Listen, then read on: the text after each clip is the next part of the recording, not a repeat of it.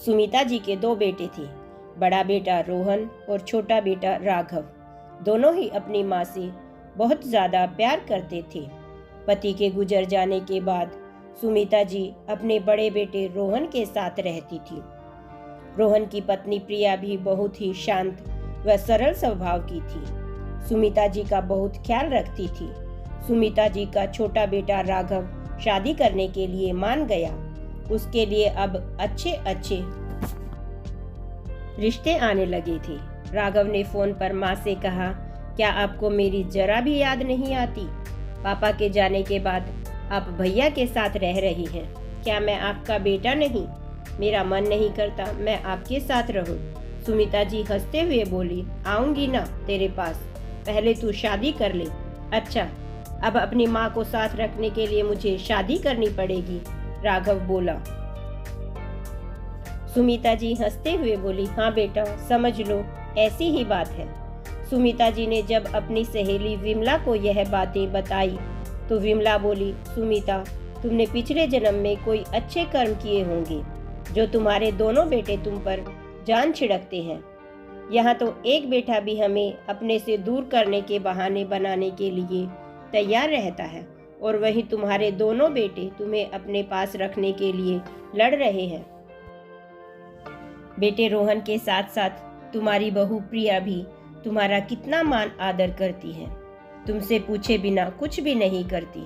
सुमिता जी बोली, विमला, यह तो अपने अपने संस्कार हैं। प्रिया के माँ पापा ने उसे अच्छे संस्कार दिए हैं, तभी तो इतना प्यार और इज्जत मुझे देती है। शाम को जब रोहन घर आया तो सुमिता जी ने राघव से फोन पर हुई बातचीत को रोहन को बताया। वे दोनों भी राघव की बात सुनकर हंसने लगे। रोहन बोला, माँ, आप हमेशा हमारे साथ ही रहेंगी। इस शहर में हमारे सारे रिश्तेदार भी हैं, सबसे मिलना जुलना लगा रहता है, और हम भी आपके बिना नहीं रह सकते। राघव का काम तो ऐसा है, नौकरी के लिए एक शहर से दूसरे शहर में जाना पड़ता है। ऐसे में आप उसके साथ कैसे रह सकती हैं? प्रिया ने कहा, अरे आप ऐसा क्यों बोल रहे हो? देवर जी का भी तो मन करता होगा अपनी माँ के साथ रहने का। रोहन बोला, प्रिया, तुम राघव को नहीं जानती। वह माँ को इसलिए ले जाना चाहता है ताकि अपनी पसंद की लड़की से शादी कर सके। क्या पता कैसी लड़की पसंद होगी उसे, और वह माँ को बहला फुसला कर मना लेगा। मेरा भाई है, मैं उसे अच्छे से जानता हूँ। बचपन से ही उसका ऐसा स्वभाव रहा है, और माँ, उसकी चिकनी चुपड़ी बातों में मत आना। सुमिता जी बोली, जब तक तुम्हारे पापा थे हम दोनों तुम दोनों के पास आया जाया करते। अब मैं अकेली हूँ, मुझे बांटने की कोशिश मत करो। और इतना कहकर सुमिता जी अपने कमरे में चली गई। रोहन प्रिया से बोला कि राघव जमीन जायदाद अपने नाम करवाना चाहता है, इसीलिए माँ को अपने साथ रखना चाहता है। प्रिया ने कहा, राघव, आप गलत भी तो हो सकते हैं। क्या पता सच में ही देवर जी माँ को अपने पास रखना चाहते हों। कुछ दिन बाद राघव सुमिता जी को अपने साथ लेने आ गया।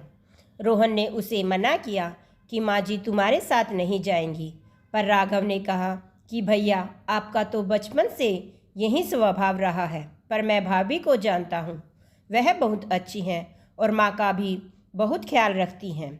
मैं भी कुछ दिन अपनी माँ के साथ रहना चाहता हूँ। ठीक है, तुम 2 महीने के लिए माँ को ले जाओ, रोहन कहने लगा। राघव सुमिता जी को अपने साथ अपने घर ले गया। वहाँ उसने सुमिता जी को नंदिता से मिलवाया। सुमिता जी को नंदिता पहली नज़र में ही भा गई और दोनों की शादी बड़े ही धूमधाम से करवाई। नंदिता भी खुले विचारों वाली सरल स्वभाव की लड़की थी।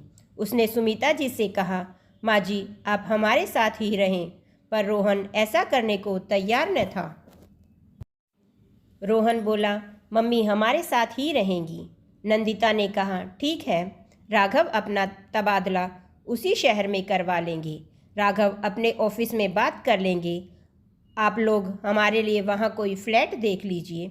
यह सब सुनकर रोहन ने कहा, देखो ना, कर दी अलग होने की बात। मैं तो पहले से ही जानता था ऐसा ही कुछ होने वाला है। भैया, आप समझे नहीं कि मैं क्या कहना चाह रही हूँ। एक ही घर में रहेंगे तो मुमकिन है कि छोटी छोटी बातों पर एक दूसरे से परेशान होकर कहीं लड़ाई झगड़ा ना करने लग जाएं।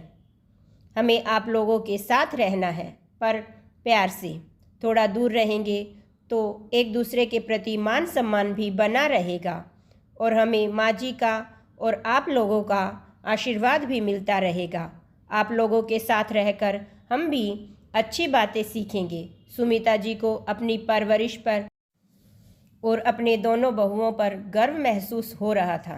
कहाँ आजकल के ज़माने में बेटे बहुएं ज़मीन जायदाद के लिए लड़ते हैं, पर मेरे बच्चे तो दोनों मुझे अपने पास रखने के लिए लड़ रहे हैं।